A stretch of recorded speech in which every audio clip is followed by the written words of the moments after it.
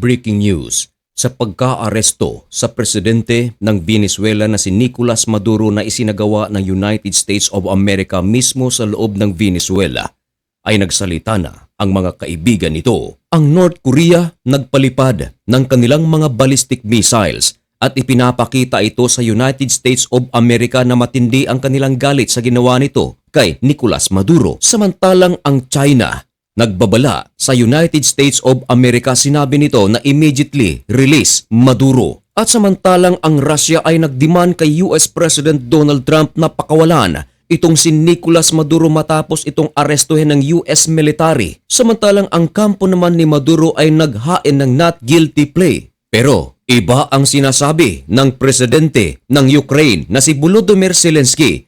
Tahasan itong sinabi na kung naaresto ng United States of America si Nicolas Maduro, nagsuggest ito na ang susunod na arestuhin ng Amerika ay si Vladimir Putin. Yan ang ating pag-uusapan sa videong ito. Pero bago ang lahat ay huwag kalimutang mag-subscribe. Samahan na rin ng like ang videong ito at i-click ang notification bell. Napakalaki kasing tulong yan para sa aming mga content creators.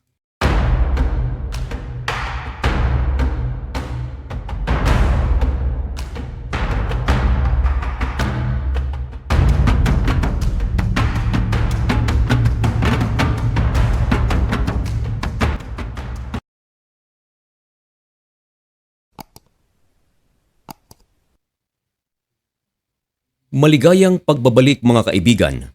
Kumusta kayong lahat?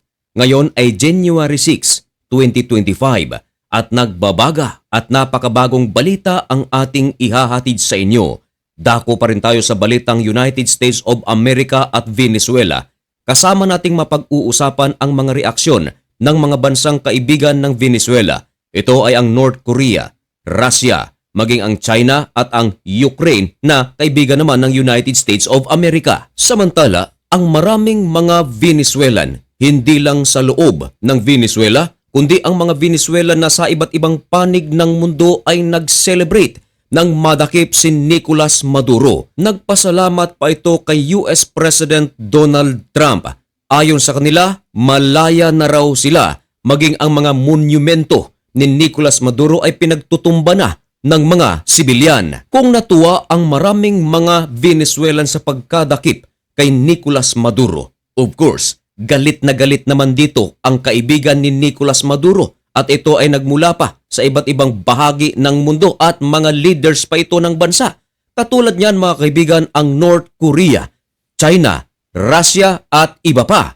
Ang North Korea ay nagpalipad ng kanilang mga ballistic missiles at ipinapakita nito ang kanilang matinding galit sa United States of America hinggil sa pagdakip kay Nicolas Maduro at sa isinagawang pag-atake ng US military mismo sa loob ng Venezuela. At timing din ang pagpapalipad ng ballistic missiles ng North Korea sapagkat ang presidente naman ng South Korea na si Lee Jae-myung ay magsasalita sa China. Kumbaga, ayon sa mga analyst ay hindi gusto ng North Korea na ang South Korea ay nagsasalita ngayon sa Beijing. Ito ang kauna-unahang pagkakataon na nagpalipad ng ballistic missiles ang North Korea sa taong 2026 at ang pinapakitaan nito ay ang United States of America pa at South Korea na kapwa magkaibigan. Sinabi ng tagapagsalita ng North Korea na ang ginawang pag-atake ng United States of America sa loob ng Venezuela ay isang blatant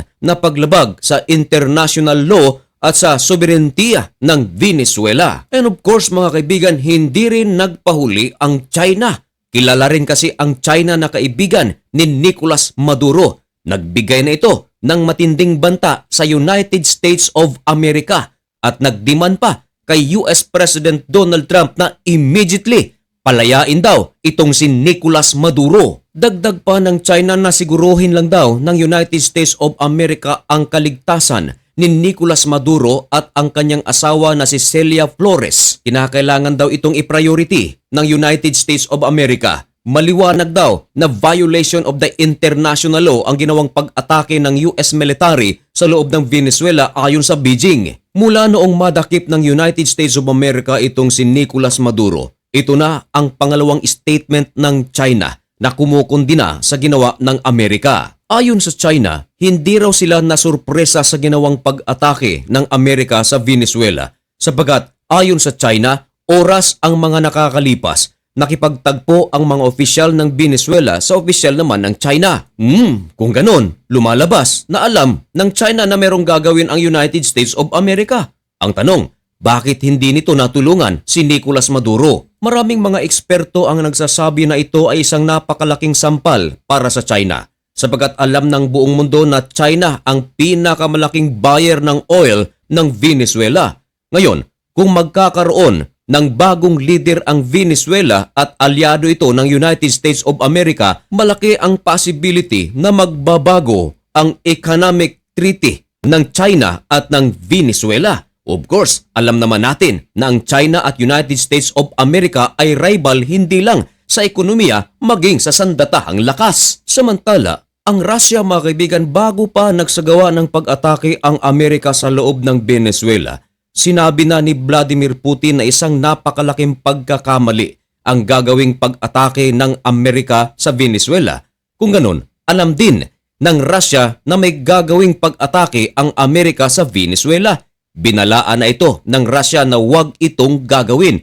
Pero hindi nakinig ang United States of America dito, nagsagawa pa rin ng pag-atake ang Amerika na siyang nagsanhi sa pagkahuli kay Nicolas Maduro at sa kanyang asawa. Kaya ayon sa mga eksperto, nagpapatunay ito na ang United States of America ay hindi natatakot sa mga banta ng China, ng Russia at ng ibang bansa. Dahil kung ano ang nais gawin ng United States of America ay ginagawa nila ito kahit sino pa man ang humadlang. Ngayon, nang mahuli na ng United States of America itong si Nicolas Maduro, nagsalita ang Russia. Ayon sa tagapagbalita ng Russia, ang The Moscow Times, nanawagan na lang ang Russia kay Donald Trump na palayain itong si Nicolas Maduro. Kung baga, hindi na protektahan ng Russia, hindi na protektahan ng China, hindi rin na protektahan ng North Korea ang Venezuela kahit na humihingi ito ng tulong noong hindi pa umatake ang United States of America. Ngayon mga kaibigan,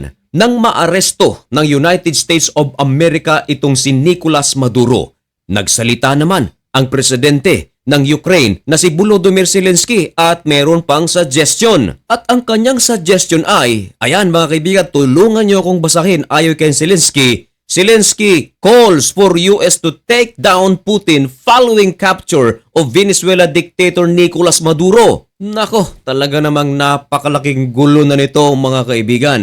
Nagkabuhol-buhol na kahit sino ng mga bansa ang nagsalita tungkol sa pagkahuli kay Nicolas Maduro.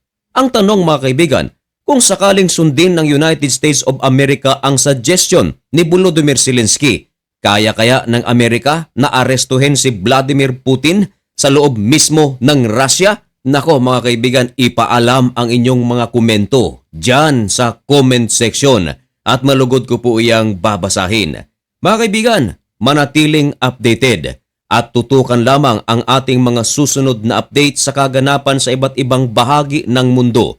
Kaya kung nais mong maging updated at kung gusto mo ang ganitong mga content, baka naman bago ka lang sa channel na ito, baka pwedeng makahingi ng kaunting pabor, pa-subscribe naman.